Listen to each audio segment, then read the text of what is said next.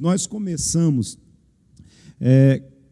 um desafio, nós estamos desafiando a igreja, a maioria de vocês receberam esse desafio de lermos todo o Novo Testamento de agora até o final do mês. A final do ano, aliás, do mês não, do ano.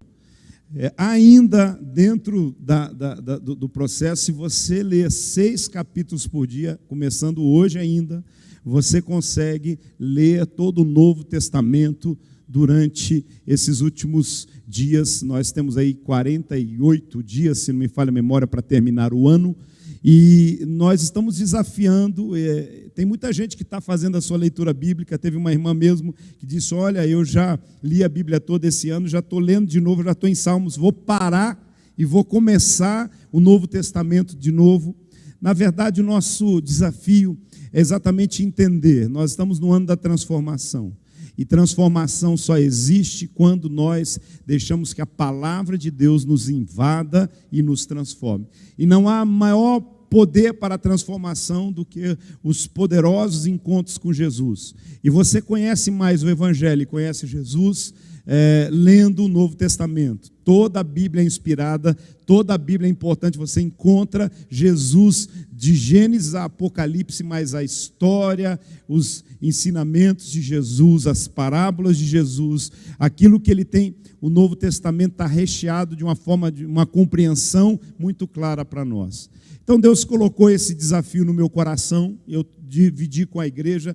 Eu primeiro desafiei a minha célula, que 100% entrou no processo, desafiei a igreja, e alguns líderes e pastores até tomaram essa palavra e desafiaram os seus discípulos em outras igrejas, em outros lugares, imediatamente. E eu estou desafiando você, se você ainda está em dúvida, eu acredito que depois da pregação de hoje você vai entender que é importante você começar esse momento. Então, são 6 capítulos por dia, você pode tanto ler quanto ouvir. Tá? Se você tem dificuldade com o tempo ou qualquer coisa com relação, você pode ouvir também. Eu compartilhei até um aplicativo, e naquele aplicativo de leitura bíblica tem lá a palavra em áudio, tudo gratuitamente. Tá? Então, se você tiver alguma dúvida, nos procure, mas você pode. Eu estou estimulando, eu estou fazendo a minha leitura na velha e tradicional Bíblia Sagrada, nesses papéis que eu posso riscar, que eu posso, mas também, em alguns momentos, tenho ouvido a palavra, porque é tão bom a gente poder estar mergulhado na palavra de Deus. E mais importante ainda é ouvir, ler e também praticar, né? Porque se não for para praticar, não serve. Quero só dar mais um aviso para você. A partir de sexta-feira, na próxima sexta-feira, nós vamos começar uma campanha de oração na igreja, de 21 dias de oração às 6 horas da manhã. 21 dias. Outros anos nós sempre fizemos aqui no templo, mas por uma direção de Deus, compartilhada pela nossa apóstola também, ela me sugeriu, eu falei, vamos fazer na igreja? A equipe pastoral topou, falou, nem que seja só nós vamos estar lá, às 6 da manhã. Mas daí a apóstola falou, vamos invadir as casas, os lares das pessoas, e vamos ter um número maior de pessoas podendo participar, vamos fazer pelo Instagram.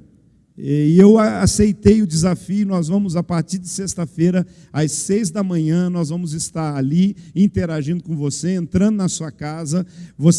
Nós, em alguns momentos, vamos até poder adicionar pessoas que queiram entrar no processo de oração ali, porque a gente pode compartilhar tela. Nós vamos ter vamos estar os pastores revezando e juntos, e alguns outros também, sempre liberando uma palavra de fé, orando por necessidades específicas.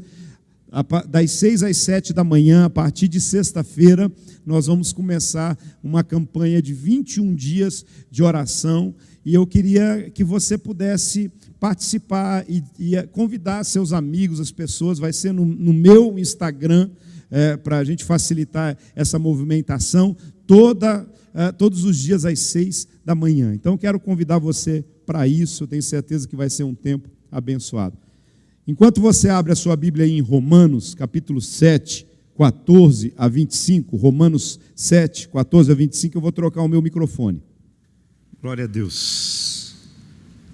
Amém? Romanos 7, 14 a 25, a palavra do Senhor diz assim: o problema não está na lei, pois ela é espiritual e boa. O problema está em mim, pois eu sou humano, escravo do pecado, não entendo a mim mesmo, pois quero fazer o que é certo, mas não faço. Em vez disso, faço aquilo que odeio.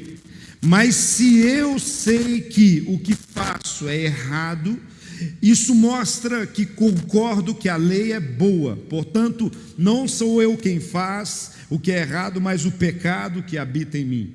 Eu sei que em mim, isto é, em minha natureza humana, não há nada de bom, pois quero fazer o que é certo e não consigo. Quero fazer o bem, mas não faço. Não quero fazer o que é errado, mas ainda assim faço. E então faço o que não quero. Na verdade, não sou eu quem faz, mas o pecado que habita em mim. Assim eu descobri esta lei em minha vida: quanto mais quero fazer o que é certo, percebo que o mal está presente em mim. Amo a lei de Deus de todo o coração, contudo há outra lei dentro de mim, que está em guerra com a minha mente e me torna escravo do pecado que permanece dentro de mim.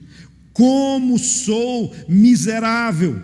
Quem me libertará deste corpo mortal dominado pelo pecado? Graças a Deus, a resposta está em Jesus Cristo, o nosso Senhor. Na mente eu quero de fato obedecer à lei de Deus, mas por causa da minha natureza humana, eu sou escravo do pecado. Gálatas 7,16 também diz assim: por isso eu digo, deixem que o Espírito guie a sua vida, assim não satisfarão os anseios de sua natureza humana. A natureza humana deseja fazer exatamente o oposto àquilo que o Espírito quer, e o Espírito nos impele na direção contrária àquela desejada pela natureza humana. Estas duas forças se confrontam o tempo todo, de modo que vocês não têm liberdade de pôr em prática o que intentam fazer. Espírito Santo, diante da Tua presença, eu me coloco nesta manhã, submetido à Tua vontade. Eu sei que essa palavra que Tu tens colocado em meu coração tem um propósito de trazer transformação na mente, no coração e nas atitudes. Por isso, Senhor, me dê graça para expor a Tua palavra, me dê graça para poder ser claro naquilo que o Senhor tem compartilhado comigo nesses dias, e que o nome do Senhor seja glorificado, e que possamos sair daqui, ó Deus, realmente edificados, mudados e transformados pela Tua palavra, em nome de Jesus, amém. O tema da ministração hoje é: o maior inimigo da transformação pessoal é a autossabotagem. A autossabotagem é o maior inimigo da transformação pessoal. Nós temos trabalhado esse tema em 2020 e nós não trabalhamos temas simplesmente por termos aí uma mídia, simplesmente para termos um marketing, mas nós trabalhamos debaixo de algo que Deus coloca por perspectiva a respeito da sua igreja, a respeito do seu povo. E transformação é exatamente essa palavra, é esse propósito, é aquilo que Deus tem colocado para nós. Ou seja, a transformação é o maior inimigo o maior inimigo da transformação pessoal é a autossabotagem. Ou seja, a autossabotagem é o maior inimigo que nós temos diante de nós. O apóstolo Paulo, nós poderíamos resumir o primeiro texto que lemos de Romanos 7, dizendo exatamente assim: pois o que faço não é bem o que eu tenho vontade de fazer, mas o que eu não quero fazer é aquilo que eu faço. Voltando à fita, voltando aí, ele diz: o bem que eu quero fazer eu não tenho feito, mas o mal que eu não quero fazer, ele está sempre diante de mim como uma perspectiva do que eu tenho para fazer. É impressionante Mas o próprio Paulo, ele diz, ainda no versículo 17 de Gálatas, o texto seguinte que nós lemos, sobre uma guerra que ele mesmo estava vivendo, ele mesmo. Ele não estava aqui falando, e é isso que é importante que nós possamos entender, que cada crente entenda que quando um ministro, um pastor ministra a palavra de Deus, na maioria das vezes, pelo menos deveria ser assim, ele primeiro foi ministrado nas áreas que ele precisa ajustar, e ele está em ajuste, em conserto, em crescimento, e Paulo diz, ele mostra, ele fala exatamente isso, que a guerra que havia dentro dele era uma guerra de autossabotagem também, porque ele mesmo se sabotava diante daquilo que ele mesmo estava lhe ensinando, a luta diária contra a carne.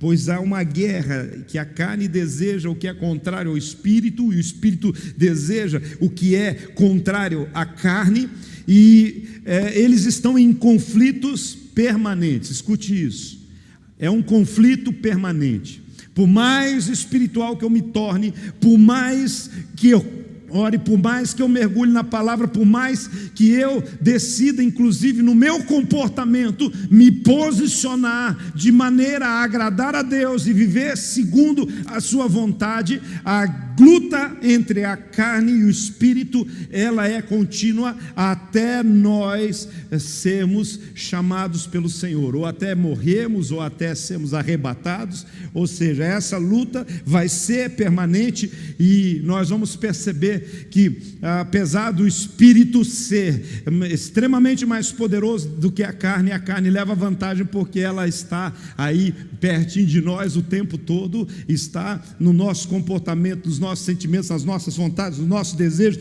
e tudo mais. Então são duas forças confrontando-se o tempo todo, e o que nós precisamos entender também é o seguinte, é que a nossa carne não descansa. Você está aqui agora, nesse momento, sentado, recebendo uma palavra, mas a sua carne está começando a dizer algumas coisas, trazer preocupações, preocupação com o calor, preocupação que está chegando a hora do almoço, preocupação, e de repente qualquer coisa chama a tua carne tentando brigar, lutar contra você, tirar você do foco de algo que vai trazer a transformação sobre a sua vida. Mas eu quero definir um pouquinho, de uma forma clara, o que é autossabotagem. A autossabotagem, ela é definida pelo medo que a pessoa tem, muitas vezes, do novo, de correr riscos, medo que a pessoa tem de assumir novas responsabilidades, compromissos, que envolvem principalmente mudança e transformação. No dia a dia, quero que essa palavra ela tem um aspecto espiritual, no sentido de você, dessa luta espiritual entre a carne e o espírito, mas tem um aspecto também de tentar você a discernir algumas coisas que estão impedindo você de alcançar os sonhos de Deus para a sua vida, os projetos de Deus, os planos de Deus. Às vezes você pergunta, mas tantos anos estão se passando e eu não consigo alcançar os meus sonhos, os meus objetivos. A gente vai chegando no final do ano, e às vezes você se lembra que você fez lá na passagem do ano de 2019 para 2020, você fez lá um catatal de coisas, de ideias, projetos, de perspectivas, de sonhos que você queria alcançar em 2020, e de repente você não alcançou. É muito fácil, 2020 ficou fácil simplesmente colocar tudo na conta da pandemia. Por causa da pandemia eu não consegui. Não consegui. Mas eu quero dizer para você, você vai entender que muitas vezes a maioria das coisas que nós conseguimos, dos sonhos que nós não alcançamos na nossa vida, está conectada com a forma como nós lidamos com os desafios que estão diante de nós. Nós vivemos nos autossabotando o tempo todo, nós permitimos que as fragilidades da nossa carne imperem sobre a nossa vida. A autossabotagem no dia a dia, ele vai implicar em algumas coisas assim. Sabe quando você se recusa a uma oportunidade que aparece profissionalmente, ou uma oportunidade para a sua vida, porque você não se acha capaz de poder alcançar e viver aquilo? Sabe quando você deixa de suprir as suas próprias necessidades por pensar que não precisa daquilo, algumas coisas que estão diante de você, e você acha, não preciso disso, e não corre atrás daquilo? A autossabotagem também quando você diminui a importância de uma responsabilidade. Você tem uma responsabilidade, um desafio, algo que é colocado na sua mão, ou no trabalho, ou na igreja, ou na família, e você diminui a importância daquilo para você, de conquistar aquilo, de viver aquilo para você e para a família, e aí você vai deixando para depois, ou seja, vai procrastinando. Eu vou fazer depois, e nunca faz.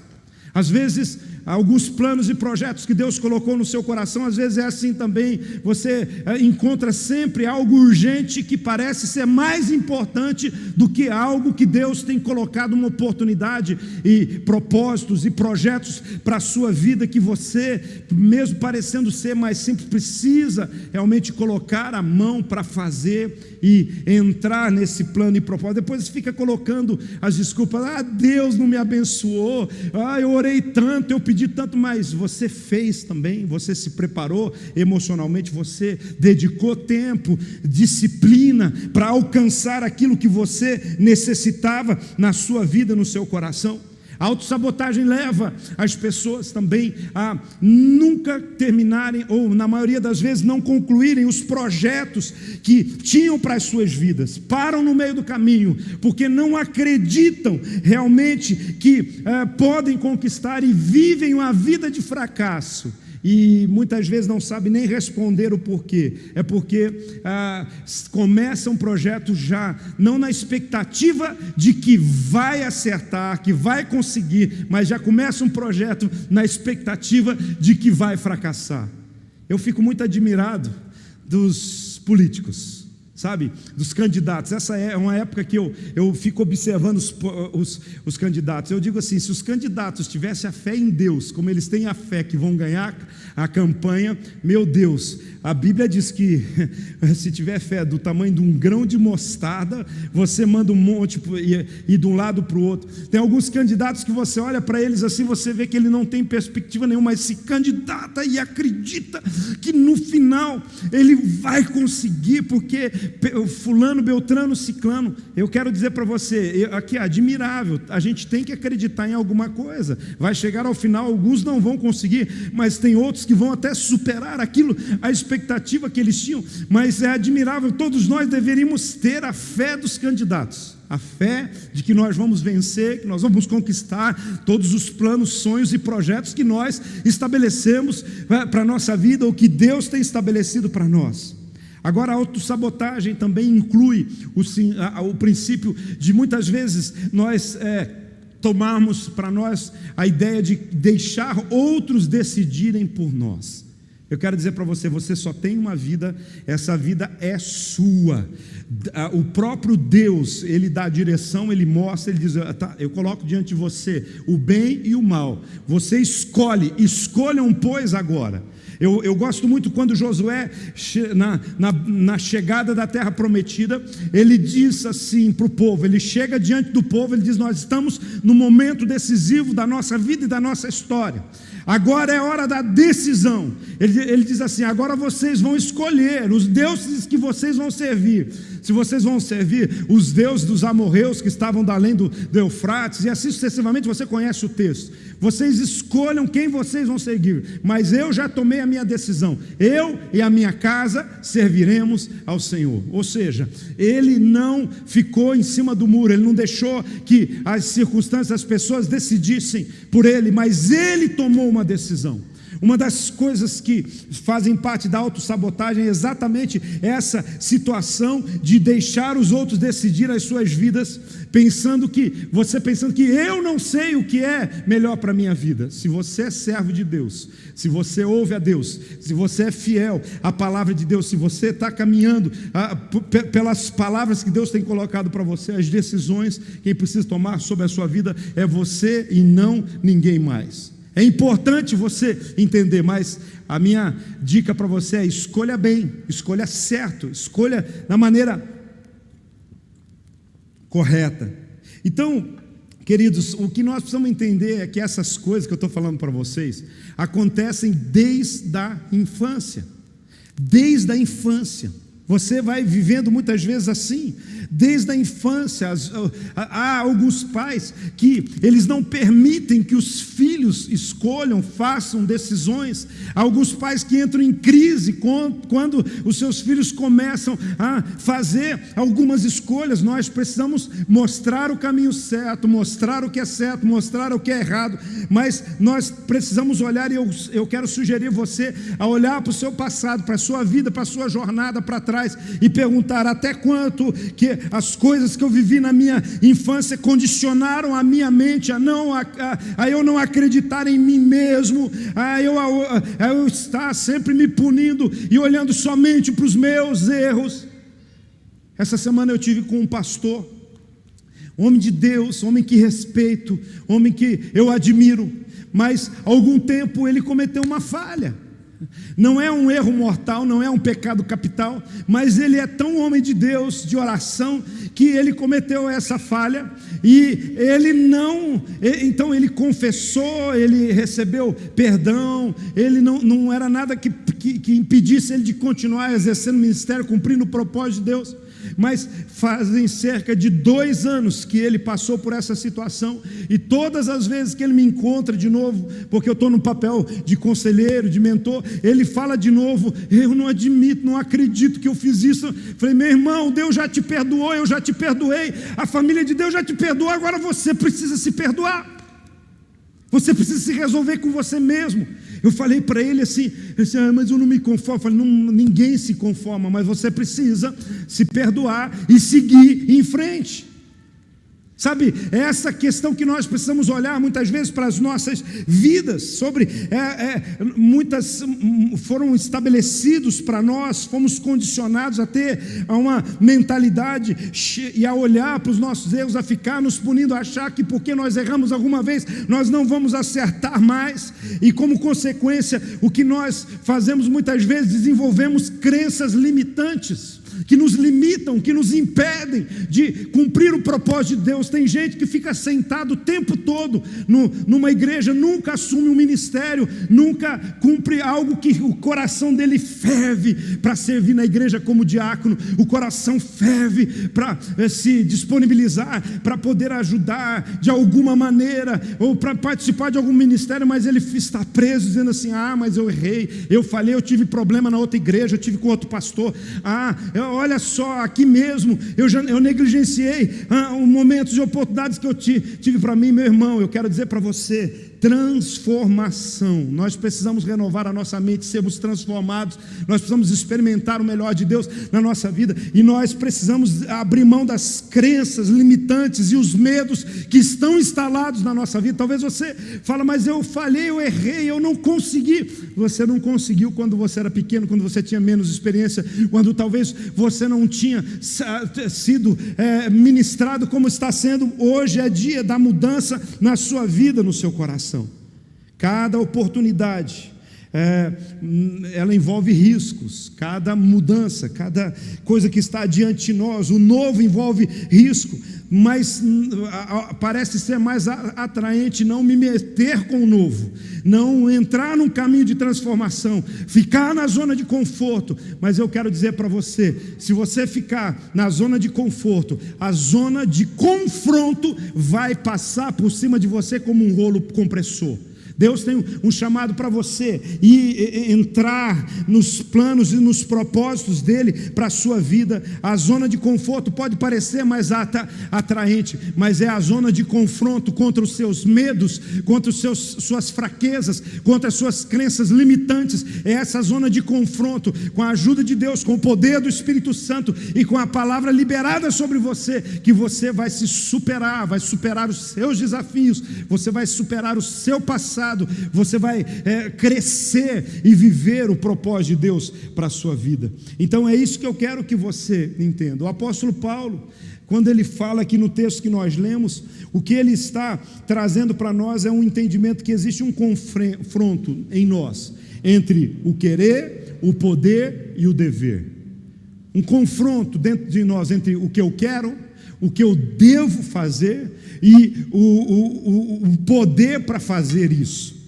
Tudo me é, 1 Coríntios 6,12, tudo me é lícito ou me é permitido, nem tudo me convém. Tudo me é permitido, mas eu não deixarei que nada me domine. Tudo me é lícito, mas nem tudo me convém. Tudo me é permitido, mas eu não deixarei que nada me domine. Eu quero dizer para você, todos nós temos quereres, sim ou não? Vontades, quereres, ou seja, somos seres que desejam e pensam nessa ordem. Eu desejo e penso. Eu penso e desejo. Há quem deseje sem pensar, mas não é possível você pensar sem desejar. É interessante a gente entender que até pensar é um desejo, sabe? Até pensar é um desejo, é algo que nós temos na nossa vida. Vamos lá, rapidinho assim, de forma prática. Talvez você fale, não quero ficar pensando nessas coisas agora, mas essa é a hora da gente pensar. Podemos querer mudar qualquer coisa na nossa vida, até as coisas mais impossíveis. Ou seja, quem aqui já não quis em algum momento da sua vida mudar o passado? Quem não pensou em algum momento assim de se teletransportar? Sabe quando você está aqui ralando num dia 23 de dezembro e você tem a sua família toda reunida numa praia em Florianópolis, num lugar paradisíaco, e eles mandam aquela mensagem no WhatsApp, assim com os espetos na coisa, as crianças brincando na piscina, e na frente da casa tem lá uma praia bem gostosa assim, e você está aqui ralando no dia 23 de dezembro, e aí você pensa assim, puxa, eu podia pelo menos, na 2 horinhas do almoço, ir lá e depois eu volto para cá de novo. Querer nem sempre é poder, mas a gente tem algumas vontades assim, mudar o passado, nos teletransportar. Você já teve alguma vontade de pensar assim em voar sem nem ter o aparato para voar? Sabe, às vezes você sobe num lugar, numa montanha ou até em cima de um prédio e de repente você, eu acho que eu vou, que vontade de voar. Você tem essa guerra aqui que eu digo, você quer, mas será que você tem o poder para fazer isso? E a outra, será que você pode fazer isso? Então, eu quero que você entenda assim uma coisa que às vezes há momentos assim que eu tenho um sentimento, eu acho que algumas pessoas também têm mais do que outros, tem momentos que a gente tem vontade de ficar invisível, sabe aquele momento que você vê toda a coisa pegando fogo ao seu redor, assim, eu queria ficar invisível, que ninguém me notasse, percebesse, ou seja, diante de uma circunstância adversa, algo que às vezes envergonha, aquele momento que você tem vontade de enfiar a cabeça num buraco, ou aquele sentimento, que vontade que eu tenho de sair correndo, igual Forrest Gump, e não olhar mais para trás. São vontades, mas deixa eu perguntar para você. Essa palavra vai ser uma série, eu já vou terminar, vou parar por aqui, mas eu quero só colocar aqui alguns pontos para a gente poder depois ainda desdobrar. O que desejamos, nós podemos desejar? Será o que você deseja? Você pode desejar? Perguntas. A que preço? Se não podemos realizar o que desejamos, por que deveríamos desejar? Quem nos obriga a desejar o que sabemos que não devemos desejar? Se o que desejamos não convém ser desejado, por que devemos continuar desejando o que temos desejado? Quando nós estamos falando da briga da carne contra o espírito, nós não estamos falando aqui só daquela tentação fornicária, adúltera, daquela tentação maligna com relação a dinheiro ou raiva, ódio, vingança de alguém. Nós estamos falando de desejar coisas que são lícitas, como o apóstolo Paulo está falando, tudo me é lícito, mas nem tudo me convém. São com essas coisas que nós precisamos lidar todos os dias. Então a pergunta não deveríamos simplesmente deixar de desejar o que não devemos desejar? E por que não fazemos isso? Sabe por quê? Porque uma das coisas que a gente mais gosta na vida é desejar as coisas. Uma das coisas que a gente mais gosta na vida é desejar algo. É impressionante, nós amamos desejar, e o problema é que a gente ama desejar o que não deveria desejar. Eu vou falar de coisas simples, talvez para alguns aqui não seja assim, mas fala para mim, picanha sem aquela camada de gordura. Quando você vê uma picanha, você deseja ela magrinha ou com a camada de gordura, Marcelo? Vou perguntar para o Marcelo só. Agora, se o seu médico ouvir você falar isso agora, então, a gente deveria desejar uma picanha com a camada de gordura? É uma coisa simples, mas a gente ama desejar o que a gente não... Outra coisa, quem é que diria para mim que gostaria de ganhar o dobro, o triplo de que você ganha sem trabalhar? Sabe, às vezes tem gente que fala assim, puxa vida, eu podia pegar uma boquinha na política, em algum cargo público aí para não fazer.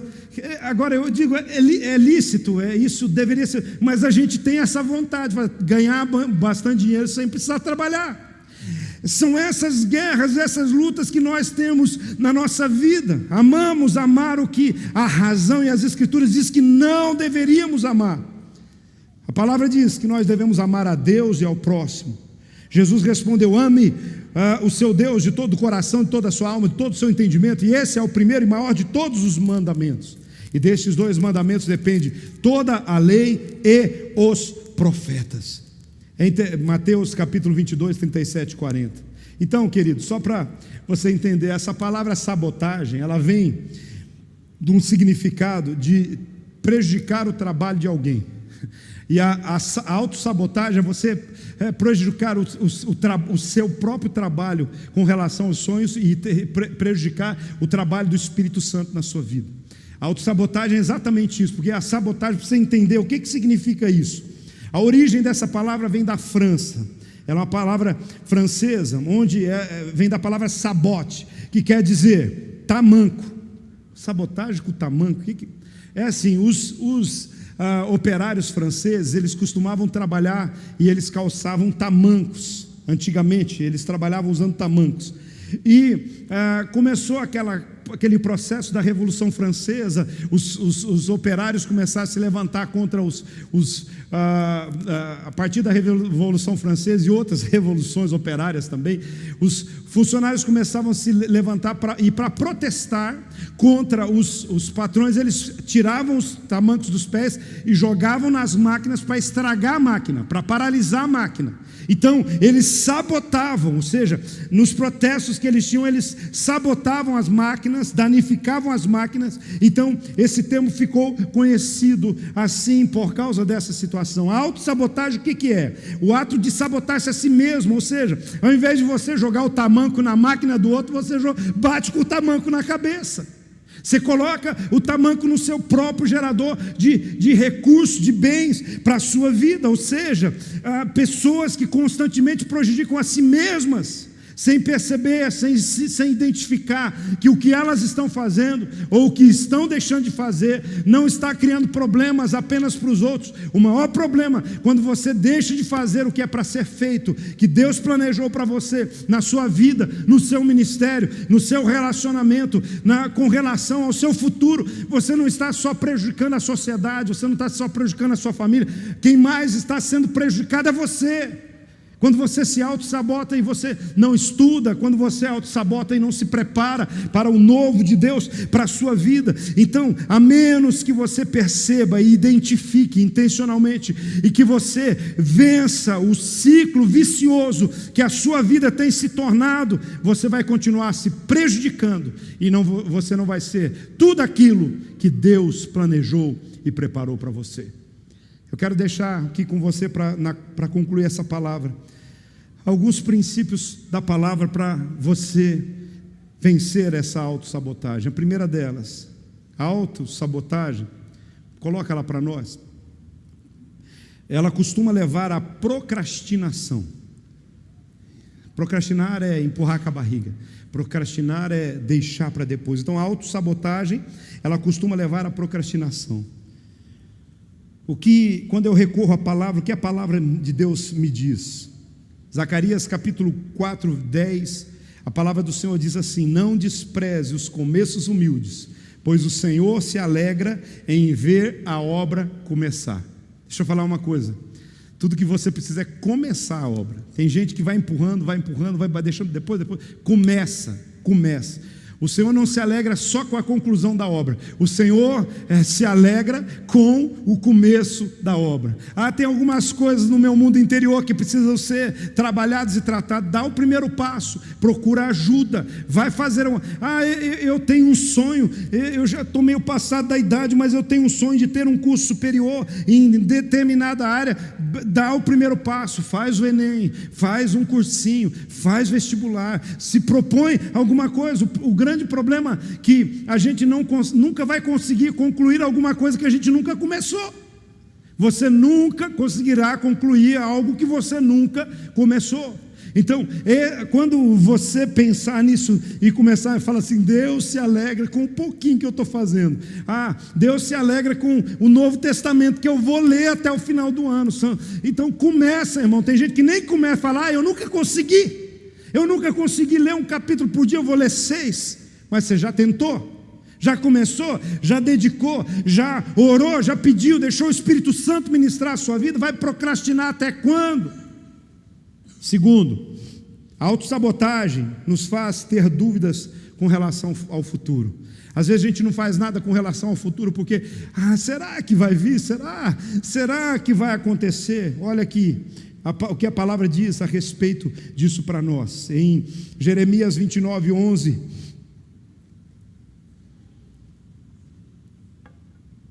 eu sei os planos que tenho para vocês, diz o Senhor, são planos de bem e não de mal, para lhe dar o futuro o qual anseio. Quem é que está falando essa? Ele diz, eu, o Senhor, sei. Sabe, por que você não vai acreditar no futuro se Deus está lá? Por que você não vai acreditar no futuro se Deus diz, eu sei o futuro, o que vocês desejam, sei o que vocês precisam, eu já tenho preparado para vocês. Então, se a autossabotagem faz você ficar nessa neura com relação ao futuro, relembre a palavra de Deus para a sua vida, coloque isso aqui para você. Eu estou pensando, sinceramente, em pregar em cartazes esses 6 princípios que eu estou compartilhando com você agora, na igreja, em casa, ou sei lá, mandar botar em alguns outdoors aí pela cidade. Sabe, para que haja mudança. A autossabotagem também, em terceiro lugar, nos tenta trazer dúvidas e desistências com relação aos sonhos. Eu vou sonhar os sonhos de Deus. É isso que nós cantamos hoje. A gente canta, uau, que legal. Mas e na hora de acreditar nos sonhos que Deus tem colocado no nosso coração?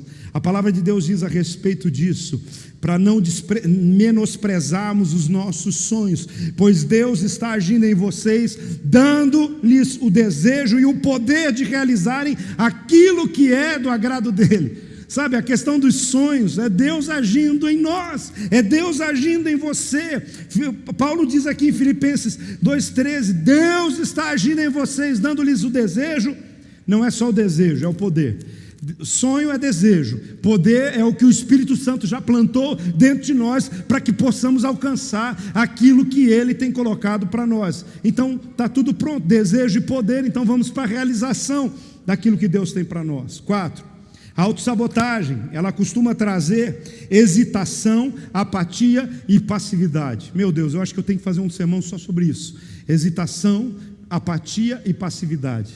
Hesitação é aquela situação do cavalo que ele foi treinado a vida inteira junto com como que chama quem pula?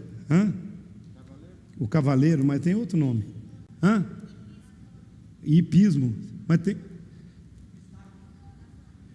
Amazona, cavaleiro, Amazona, ótimo.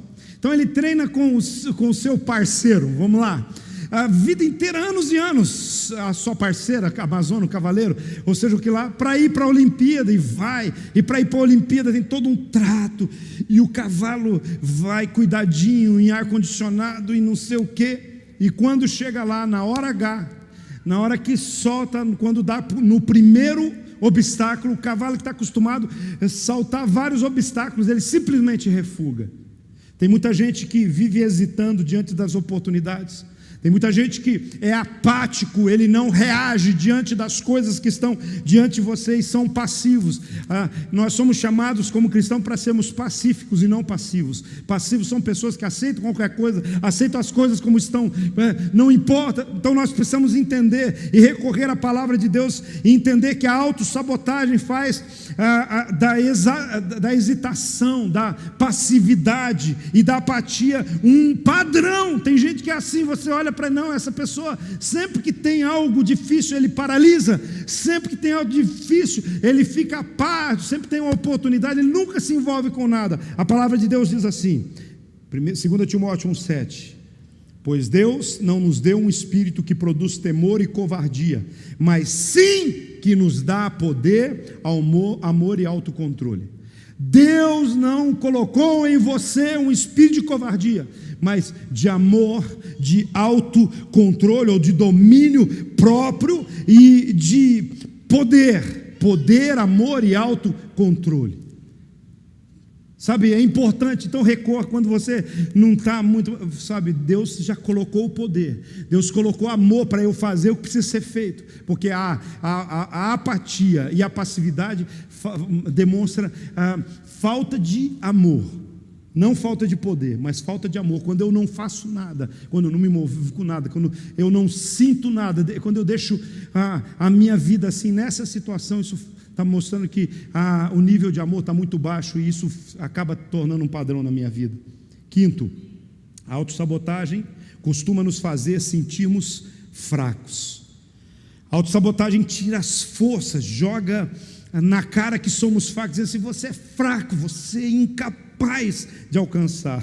Aí Paulo diz em Filipenses 4,13: todas as coisas eu posso naquele que me fortalece. Eu posso todas as coisas naquele que me fortalece. Sabe, quando vem essa ideia de que você é fraco, você fala assim: não, eu posso todas as coisas em Deus, eu posso todas as coisas em Jesus, eu posso todas as coisas no Espírito Santo, eu posso viver debaixo desse propósito. Em último lugar, a autossabotagem costuma nos fazer sentir que nossas conquistas não são reais, legítimas e merecidas. Eu acho que pior do que não lutar por algo é quando você tem uma ideia de que tudo que você conquistou não é real, ou que o que você conquistou não é merecido, que você conquistou não é legítimo. Eu quero dizer para você assim: você não precisa se desculpar pela prosperidade que Deus tem dado para a sua vida, você não precisa se desculpar pela alegria que você tem para a sua vida, você não precisa se desculpar se Deus tem te prosperado, tem te abençoado. Você precisa entender que você é filho de Deus, você é filha amada, em que Deus olha e diz assim: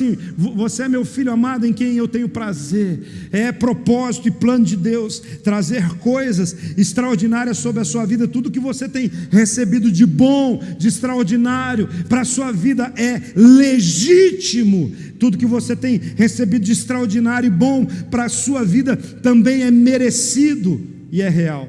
A gente tem muito dizer assim: eu não mereço isso. Eu quero dizer, a gente não merecia até Jesus morrer na cruz por nós e levar todo o nosso pecado.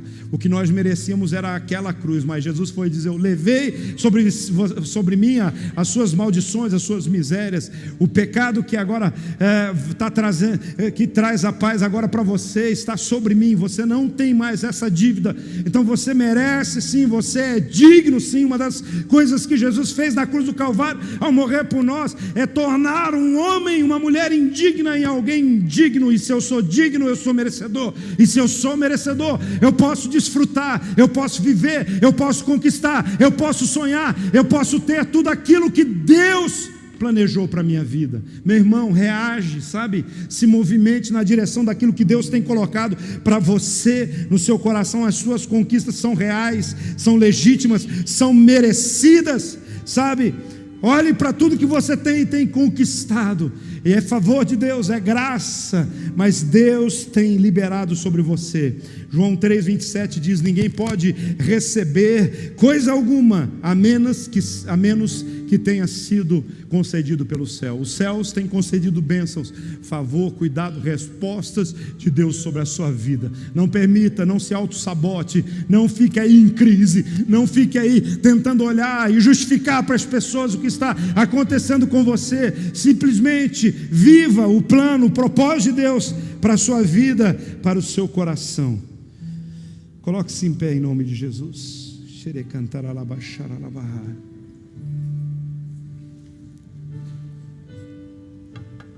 Há algumas opções para corrigir na nossa vida, nas nossas imperfeições autossabotadoras da nossa vida. Eu quero dizer para você, é muito simples fazer essas correções na vida real. Tenha humildade para admitir tudo aquilo que está passando sobre a sua vida. Tenha coragem para encarar a si mesmo, para olhar para dentro de si e para dizer para Deus, e muitas vezes dizer para as pessoas, e para pedir ajuda.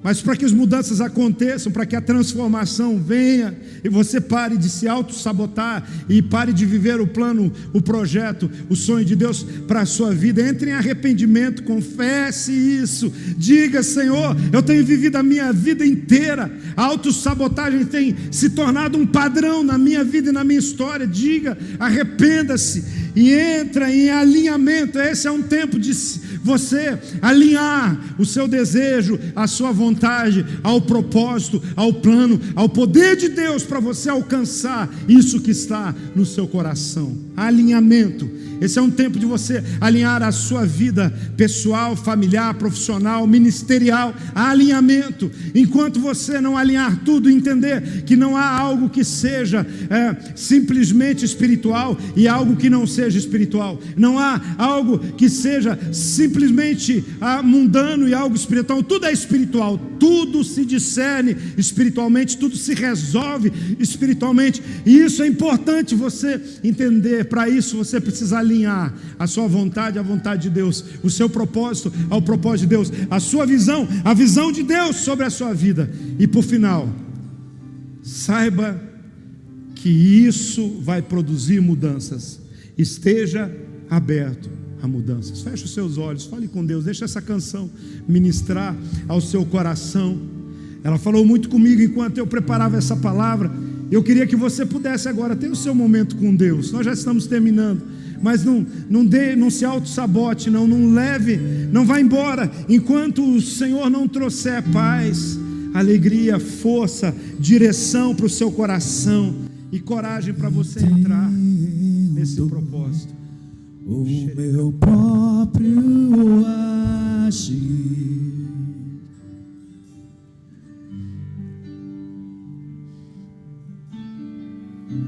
sem tua graça, o que seria de mim?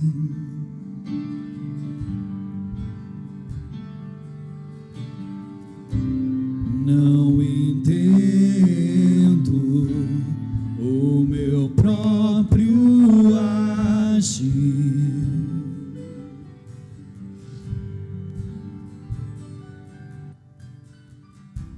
Sem tua graça, o que seria de mim, Deus? Pois o bem que eu quero fazer não faço, e o mal que eu não quero, esse sim acabo cometendo. Em meu ser militam carne e espírito, em uma guerra infindável, a qual eu não me rendo. Pois meu corpo já foi vendido como escravo, e não existe bem nenhum em mim, apenas o pecado. Mas eu sei que no tocante ao meu interior, tenho prazer na sua lei. Tu és o meu amado, Então liberta-me de mim.